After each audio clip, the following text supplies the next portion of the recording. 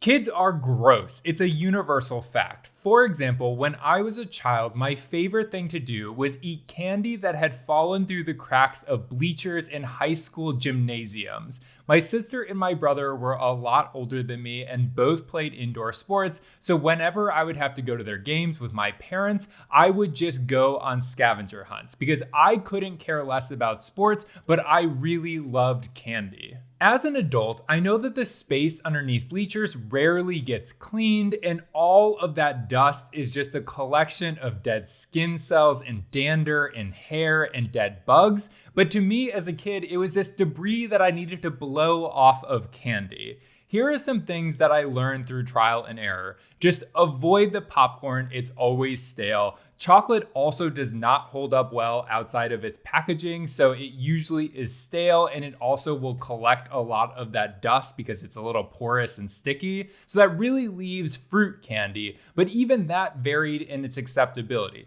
So soft things like Mike and Ike's also got stale, and then the suckers were just a no-go unless they were completely in their original packaging. So really the only thing that I found that I actually enjoyed eating were the hard fruit candies like Skittles or Mentos or Spree, and Sweethearts to a lesser extent. The amount of time I spent trolling underneath the dark bleachers searching for candy was really excessive, but because I wasn't bothering my parents and they were focused on the game, they really didn't pry too much when I would eventually come back and sit beside them. I did learn though that I could not show my mom my findings because the first time I did, I got in trouble for eating things off of the ground. So then in the future, I just either ate it or stuff it in my pockets for later. While I eventually stopped that habit, I was the opposite of a germaphobe throughout my teens and 20s. I have so many gross stories to share, but I will save those for future videos.